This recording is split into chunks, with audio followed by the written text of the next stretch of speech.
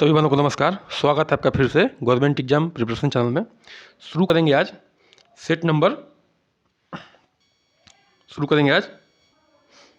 Set number 7 का तीसरा part, set number 7 का तीसरा पार्ट। ठीक है, इसके पहले जो है 6 सेट अपलोड हो चुके हैं और 7 नंबर सेट का 2 सेट भी अपलोड हो चुका है। मतलब 2 पार्ट, पार्ट 1 पार्ट 2 अपलोड हो चुका है और 6 सेट का सारे पार्ट अपलोड हो चुके हैं। जाइए और चैनल को सब्सक्राइब करिए, देखिए वहाँ पे चैनल पे जाकर प्लेलिस्ट बना हुआ है मुख्य सेविका का, उसमें जाइए और देखिए सारे वीडियो अपलोड हैं और बढ़िया से सीखिए, अपने ज्ञान में स्थायित्व लाइए और अच्छा से अच्छा परफॉर्म करिए एग्जाम में और अपने घर एक सरकारी नौकरी लेकर आइए। ठीक है, चलिए शुरू करते हैं आज का सेशन। पहला क्वेश्चन है, ठीक है, पहला क्वेश्चन है ब्यूटारिक अम्ल पाया जाता है। ठीक है, तो ब्यूटारिक अम्ल किसमें पाया जाता है? तो ब्यूटारिक अम्ल पाया जाता है मक्खन। किसमें? मक्खन में। देखिए, ब्यूटारिक एसिड यालुटेनोइक एसिड, ठीक है, जंतुओं एवं कुछ वनस्पतियों तेल में एस्टर के रूप में पाया जाता है। किस रूप में पाया जाता है? एस्टर के रूप में। एक ट्राइग्लिसराइड के रूप में यह मक्खन 3 से 4% तक पाया जाता है। ठीक है, एक ट्राइग्लिसराइड के रूप में यह मक्खन में कितना होता है? लगभग 3 से 4% के तक होता है। ठीक है, कितना होता है? 3 से 4% तक होता है। ठीक है ना। अच्छा, एक और चीज़, जब मक्खन बासी हो जाता है तो उसके जल अपघटन में ग्लिसराइड से मुक्त हो जाता है, जिसके अरुचिकर गंध उत्पन्न होता है। क्या होता है? अरुचिकर गंध। मतलब देखते हैं मक्खन जो है थोड़ा सा इसमें आता है जब बहुत ज़्यादा बासी हो जाता है। ठीक है, ध्यान है कि मक्खन एक दुग्ध उत्पाद है। मक्खन कहाँ से निकलता है? मक्खन जो है सबको पता है लेकिन बता देते हैं। ठीक है, दही को मथने से निकलता है मक्खन। ठीक है, चलिए, उसमें 3 से 4% जो है ब्यूटारिक अम्ल होता है। ये ज़्यादा बहुत अगर आएगा ये क्वेश्चन तो बहुत डीप हो जाएगा, लेकिन ये पक्का आ सकता है कि ब्यूटारिक अम्ल किस में होता है? तो मक्खन में होता है। ठीक है, चलिए, गाय के दूध की तुलना में माँ का दूध है। ठीक है, गाय के दूध की तुलना में माँ का दूध क्या है? सही है, तो सी, कैल्शियम से भरपूर युक्त, प्रोटीन से कम। ठीक है, देखिए, माँ के दूध में कैल्शियम भरपूर होता है लेकिन प्रोटीन थोड़ा कम होता है, और गाय के दूध में क्या होता है? प्रोटीन बहुत अधिक होता है लेकिन कैल्शियम कम होता है। ठीक है, ये चीज़ है। चलिए आगे बढ़ते हैं। देखिए, गाय के दूध की तुलना में माँ के दूध में कैल्शियम से भरपूर किंतु प्रोटीन कम मात्रा में होता है। माता के दूध में गाय के दूध की अपेक्षा 3 गुना प्रोटीन, माता के दूध में गाय के दूध की अपेक्षा 3 गुना प्रोटीन कम होता है। साथ ही इस प्रोटीन से जो दही बनता है वह अत्यंत छोटे कण वाले, नरम, मुलायम एवं सुपाच्य होता है। ठीक है, चलिए आगे बढ़ते हैं। क्वेश्चन नंबर 53 पे आते हैं। दालों का अंकुरण पोषणात्मक दृष्टि से उत्पन्न क्यों है? क्योंकि दालों का अंकुरण पोषणात्मक दृष्टि से महत्वपूर्ण है, क्योंकि डी, यह पाचनशीलता में वृद्धि करता है, विटामिन सी को बढ़ाता है, लौह तत्व की जैव उपलब्धता को बढ़ाता है। देखिए, दालों का अंकुरण जो है पोषणात्मक दृष्टि से बहुत महत्वपूर्ण क्यों रहता है? क्योंकि यह पाचनशीलता में वृद्धि करता है। देखिए, प्रोटीन क्या होता है? प्रोटीन पचता बहुत धीमे है, लेकिन जब वो अंकुरित हो जाता है तो पचने में क्या होता है? आसान हो जाता है और पाचन शक्ति को भी बढ़ाता है। ठीक है, क्यों? क्योंकि उसमें जो रफेज की मात्रा बढ़ जाती है, विटामिन सी को बढ़ाता है। ठीक है, देखिए, जब चना जम जाता है तो खाइएगा, चना अंकुरित हो जाता है, आप खाइएगा, ये हल्का सा कैसा लगता है? हल्का सा खट्टा लगता है। ठीक है, लौह तत्व की जैव उपलब्धता को बढ़ाता है। लौह तत्व बढ़ाएगा तो क्या होगा? हमारे शरीर में HB हीमोग्लोबिन जो है बढ़ जाती है। ठीक है ना। चलिए, क्यों? क्योंकि वही आयरन से ही बढ़ता है, लौह तत्व से ही हीमोग्लोबिन बनता है। चलिए अगले क्वेश्चन पे आते हैं, 54 पे आते हैं। एक मिनट, ठीक है, 54 पे आते हैं। क्वेश्चन नंबर 54 पे, नवजात शिशु के तलवे पर पंजे से एड़ी की तरफ सहलाने पर उसके पैर की उंगलियां खुल जाती हैं, यह अभिव्यक्ति कहलाता है। नवजात के तलवे पर पंजे से एड़ी की तरफ सहलाने पर उसके पैर की उंगलियां खुल जाती हैं, यह अभिव्यक्ति क्या कहलाता है? तो कहलाता है डी, बेबी नस्की। क्या कहलाता है? बेबी नस्की। नवजात शिशु के तलवे पर पंजे से एड़ी की तरफ सहलाने पर उसके पैर की उंगलियां खुल जाती हैं, यह अभिव्यक्ति बेबी नस्की कहलाती है। ध्यान रखिएगा, बेबी नस्की कहलाती है। जब सहलाते हैं तो क्या होता है? पैर की उंगलियां बच्चे की खुल जाती है। क्वेश्चन नंबर 55 पे आते हैं। आदिवासी क्षेत्रों से संबंधित एक राष्ट्रीय कार्यक्रम है, ठीक है। तो आदिवासी क्षेत्रों से संबंधित एक राष्ट्रीय कार्यक्रम कौन सा है? तो 55 का हो जाएगा बी, टीडीपी। कौन सा है? टीडीपी, ठीक है। देखिए, आदिवासी क्षेत्रों से संबंधित राष्ट्रीय कार्यक्रम है टीडीपी। सरकार द्वारा समय समय पर अनेक राष्ट्रीय कार्यक्रम संचालित होते रहते हैं, उसमें एक टीडीपी भी कार्यक्रम है जो किससे संबंधित है? आदिवासियों से, ठीक है, जिसको शेड्यूल कास्ट कहते हैं, एसटी कहते हैं, शेड्यूल ट्राइब कहते हैं, ठीक है, शेड्यूल ट्राइब। चलिए आगे बढ़ते हैं। किस वर्ष 56 पे किस वर्ष पल्स पोलियो इम्यूनाइजेशन प्रोग्राम लागू किया गया? किस वर्ष पल्स पोलियो इम्यूनाइजेशन प्रोग्राम लागू किया गया? तो 56 का हो जाएगा सी, 1995 में, ठीक है। 1995 में, वर्ष 1995 में पल्स पोलियो इम्यूनाइजेशन प्रोग्राम लागू किया गया, ठीक है। आगे बढ़ते हैं।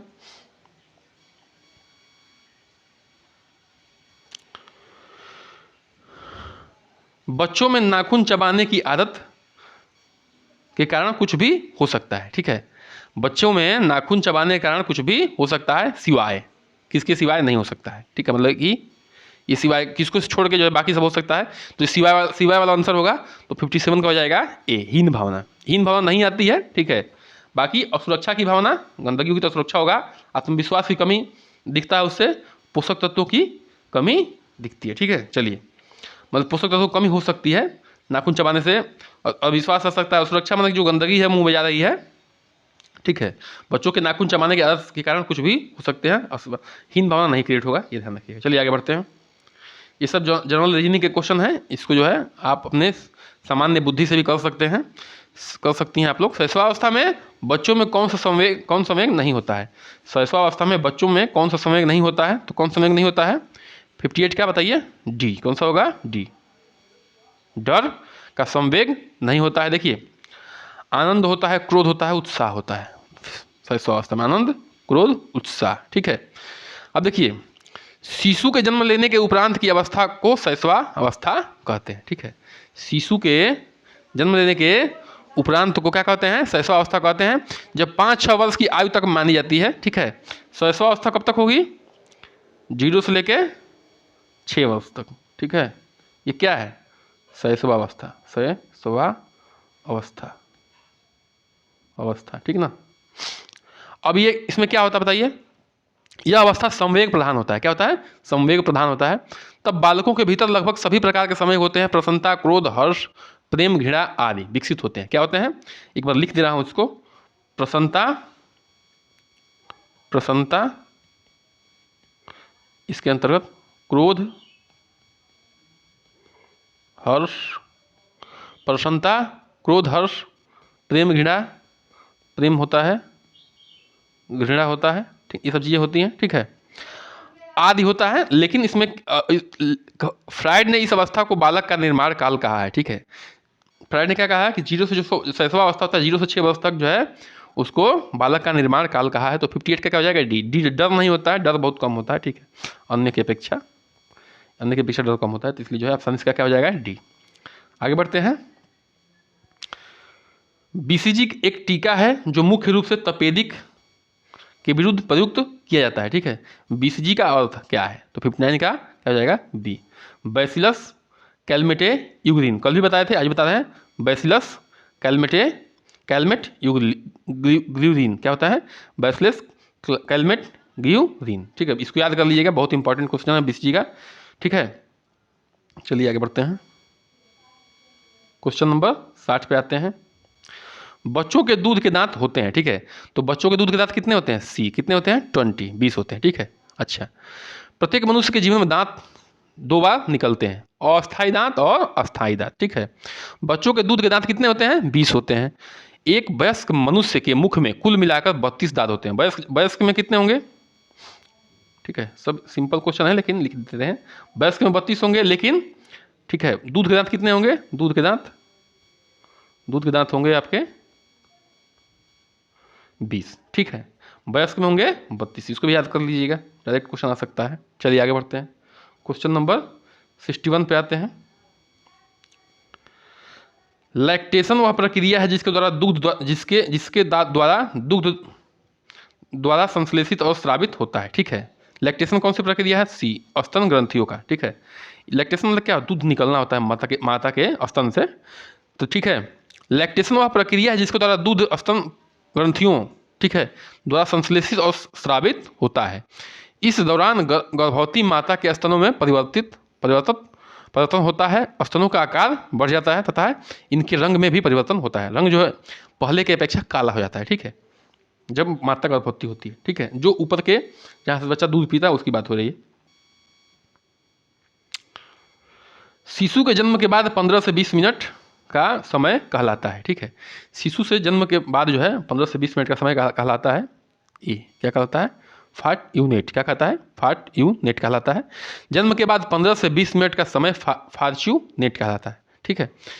यह वह समय होता है जब बालक अपने वातावरण को बिल्कुल समायोजित स्थापित करने का प्रयत्न करता है। इस अवस्था में के बाद आहार नाल काटने की बालक स्वतंत्र जीवन बन जाता है, ठीक है। देखिए इसमें क्या होता है, बालक जो होता है पैदा होने के बाद क्या करता है, अपने वातावरण से क्या करता है, समन्वय बनाता है, ठीक है। और इस समय जो है आहार नाल काट दिया जाता है और क्या करता है, बच्चा जो है सांस लेने लगता है अपने इस जीवंत वातावरण में, ठीक है, और अपने वातावरण के प्रति प्रतिक्रिया करना आरंभ कर देता है, ठीक है। अब देखिए ध्यान सुनिए, एक और चीज़, बिल्कुल आपको तैयारी एकदम स्टेमिना के साथ करना है, ठीक है। जैसे एक क्रिकेटर होता है, बहुत ही सुबह शाम 6 घंटे, शाम को 6 घंटे मेहनत करता है, फिर जाकर वो फील्ड पे उतरता है। जैसे एक फिल्म स्टार होता है, बहुत ही रिहर्सल करता है। सेम टू सेम आज का कंपटीशन ऐसा हो गया है कि आपको नौकरी पाना बिल्कुल एक स्टार की तरह हो गया है। आपको एकदम एक स्टार की तरह, एकदम टॉपर की तरह मेहनत करना पड़ेगा, तब जाके घर में नौकरी आएगी, ठीक है। बिल्कुल बात समझिए, मुझे इस क्षेत्र में काफ़ी एक्सपीरियंस है, ठीक है, इसलिए मैं बता रहा हूँ। काफ़ी एग्जाम निकाले हैं हमने, एक दो नहीं, ठीक है। चलिए 63 पे आते हैं। गर्भाशय की सबसे भीतरी तह को बनाता है, ठीक है। तो 63 का क्या हो जाएगा, बी, एंडोमेट्रियम। क्या होगा, एंडोमेट्रियम। एंडोमेट्रियम गर्भाशय की सबसे भीतरी तह को बनाता है, ठीक है। गर्भाशय का जो भीतरी तह होगा क्या, उसको क्या कहेंगे, एंडोमेट्रियम कहेंगे, ये भी ध्यान रखिएगा। 64 पे आते हैं। गर्भपात LBW, ठीक है, समय पूर्व जन्म के साथ जुड़े हैं, ठीक है। गर्भपात LBW समय पूर्व जन्म के साथ जुड़े हैं, किसके साथ जुड़े हैं, इस जो भी शब्द हैं 64 का हो जाएगा ए, निम्न फोलेट स्तर के साथ, ठीक है। गर्भपात BLW समय पूर्ण जन्म निम्न फोलेट स्तर के साथ जुड़े हुए हैं, ठीक है। आगे बढ़ते हैं, क्वेश्चन नंबर 65 पे आते हैं।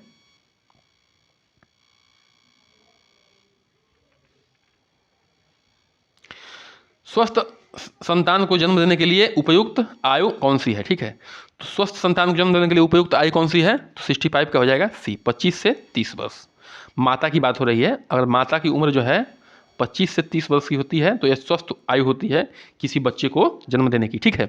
अब देखिए एक और बात है, अगर बहुत उम्र में, अगर काफ़ी उम्र में आप बच्चे को पैदा करते हैं तो देखिए आपके अंदर काफ़ी विकृतियाँ आती है, जैसे BP, शुगर, ठीक है, या अन्य भी बीमारियां होती हैं जिससे आपका जीन कन्वर्जन शुरू हो जाता है। और अगर उस समय जो है माँ प्रेग्नेंट होती है तो भी बच्चे पे काफ़ी इफेक्ट आता है, ठीक है। इसको चीज़ को ध्यान रखिएगा। तो आगे बढ़ते हैं, क्वेश्चन नंबर आते हैं 66 पे। एम्फ्लाटॉक्सिन पाए जाते हैं, ठीक है। तो एम्फ्लाटॉक्सिन किस में पाए जाते हैं, तो किस में पाए जाते हैं, 66 में ए, ठीक है। एम्फ्लाटॉक्सिन देखिए, मूंगफली में एम्फ्लाटॉक्सिन पाए जाते हैं। एम्फ्लाटॉक्सिन एस्परगिल द्वारा उत्पन्न मायोटॉक्सिन है। थोड़ी मात्रा में लंबे समय तक एम्फ्लाटॉक्सिन का सेवन यकृत कैंसर का कारण बन सकता है, ठीक है। बहुत मूंगफली भी नहीं खाना चाहिए। यह किसका कारण बन सकता है, उसमें एम्फ्लाटॉक्सिन होता है, यकृत कैंसर का कारण बन सकता है, ठीक है। यकृत कैंसर का कारण बन सकता है, ठीक है ना। चलिए आगे बढ़ते हैं। 67, अंकुरण के समय सक्रिय एक एंजाइम है। जब कोई जो है अनाज जो है अंकुरित होता है तो उसमें जो है एक सक्रिय एंजाइम कौन सा हो जाता है, तो 67 का हो जाएगा सी, एमाइलेज। क्या होता है, एमाइलेज। देखिए अंकुरण प्रक्रिया प्रकीर्णन गतिविधि को बढ़ाती है। अंकुरण के समय सक्रिय एंजाइम एमाइलेज है, ठीक है। कौन सा सक्रिय एंजाइम है, एमाइलेज है। अंकुरण के दौरान बृहत अणुओं का हाइड्रोलिसिस होता है, ठीक है। बृहत अणुओं का हाइड्रोलिसिस होता है, लेकिन सक्रिय एंजाइम कौन सा होता है, उसमें एमाइलेज होता है अंकुरण के समय। क्वेश्चन नंबर आते हैं 68 पे। खाद्य सुरक्षा एवं मानक एक्ट नियम के परिरक्षकों का वर्गीकरण किस प्रकार किया जाता है, ठीक है। तो किस प्रकार किया जाता है, 68 क्या हो जाएगा, सी, खाद्य ग्रेड और गैर खाद्य ग्रेड। खाद्य ग्रेड और गैर खाद्य ग्रेड में क्या होता है, इसका जो है वर्गीकरण किया जाता है, ठीक है। आगे बढ़ते हैं, क्वेश्चन नंबर 69 पे आते हैं। देखिए मैं एकदम आपको धोखे में नहीं रोकूंगा, कुछ ऐसे इसमें क्वेश्चन हैं जिसमें मैं ज़्यादा आगे बढ़ जाता हूँ और मतलब कहता हूँ कि यार ये ऐसे टफ क्वेश्चन, दो चार हर सेट में 2 4 5 ही क्वेश्चन है, ज़्यादा नहीं है। वो थोड़ा सा क्या है, वैसे क्वेश्चन आने की संभावना कम है, लेकिन अगर वैसे क्वेश्चन आप रट लेते हैं, याद कर लेते हैं, जैसे भी चाहे करके, चाहे कैसे भी प्रैक्टिस करके, अभ्यास करके, अगर 2 3 बार आप देख लिए तो गारंटी जो है वो दिमाग में कहीं ना कहीं रहता है। अगर वैसे आप कर लेते हैं तो आपको वही क्वेश्चन अन्य अभ्यर्थियों की अपेक्षा आगे लेके जाएगा। मैं बात फिर बोल रहा हूँ कि वैसे ही जो टफ क्वेश्चन होते हैं अन्य अभ्यर्थियों से आपको क्या ले जाते हैं, आगे ले जाते हैं, ठीक है। सामान्य क्वेश्चन और लो लेवल का क्वेश्चन तो तैयार करना ही है, लेकिन जो कठिन क्वेश्चन होते हैं उन पर अगर आपने ध्यान दे दिया तो वही क्वेश्चन आपको क्या करते हैं, आगे लेके जाते हैं, ठीक है। चलिए, जब सब्जियों को काटने जब सब्जियों को छोटे करीब वर्गाकार में काटा जाता है तो उस विधि को कहते हैं, क्या कहते हैं बताइए। 69 का हो जाएगा सी, डाइस करना। क्या कहते हैं, डाइस करना। देखिए जब सब्जियों को छोटे करीब वर्गाकार में, वर्गाकार जानते हैं वर्गाकार ऐसे बनता है ना, वर्गाकार में ऐसे इस तरह से जब काटा जाएगा तो उसको क्या करना, डाइस करना। डाइस कैसा होता है, अरे जो हम लूडो छक्का खेलते हैं तो उसमें जो 1 2 3 4 ऐसे बना होता है जिसको हम फेंकते हैं, वही तो डाइस होता है। तो डाइस करना याद कर लीजिए, क्या करना है, ठीक है। चलिए आगे बढ़ते हैं, क्वेश्चन नंबर 70 पे। हीटिंग तकनीक के माध्यम से भोजन को संरक्षित करना, वो करने वाली विधि का नाम बताइए, ठीक है। हीटिंग तकनीक के माध्यम से भोजन को संरक्षित माने सुरक्षित रखना कि बहुत दिन तक ये रुक जाए, चल जाए।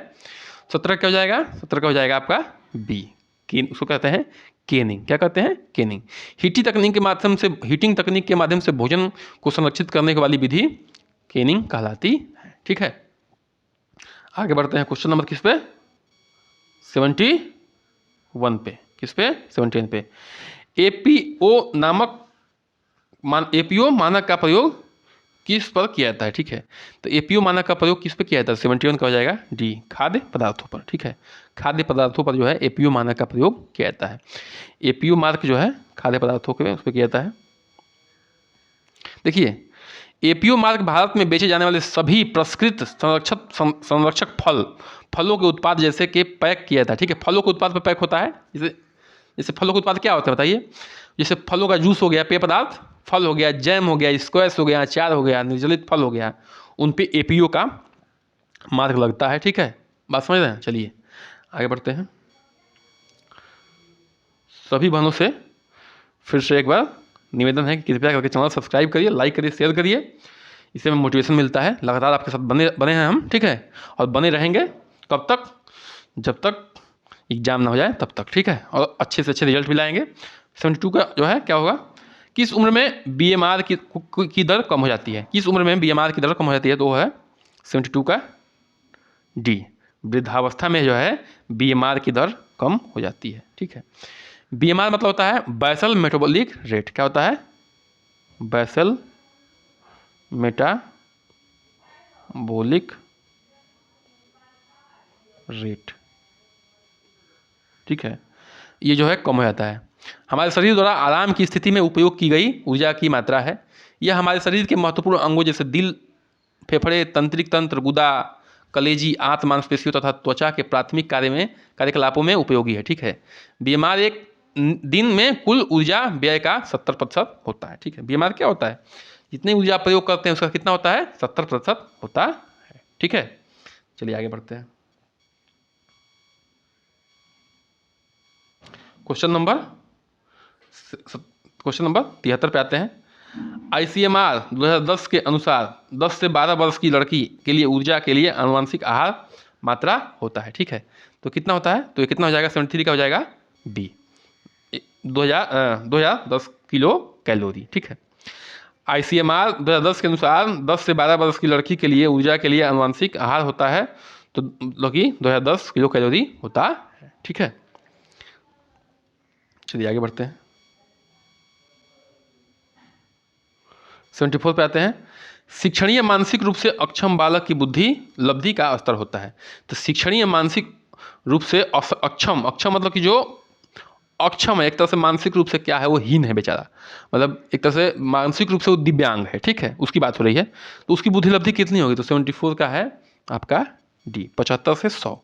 75 से 100 होता है जो क्या होता है, मानसिक रूप से हीन बुद्धि लब्धि की बात होती है, ठीक है। देखिए मानसिक आयु के प्रश्न में बिने ने प्रदान किया है कि मानसिक आयु के प्रत्यय के द्वारा हम बुद्धि परीक्षणों में से प्राप्त होने वाले अंकों का अर्थपूर्ण बना देते हैं, ठीक है। बुद्धि लब्धि बालक के मानसिक विकास की गति को प्रदर्शित करता है। 100 की बुद्धि लब्धि औसत मानसिक विकास की दर्शाती है, ठीक है। अगर 100 से ऊपर है, 100 से ऊपर है बुद्धि लब्धि जो है 100 से ऊपर है, 1 मिनट,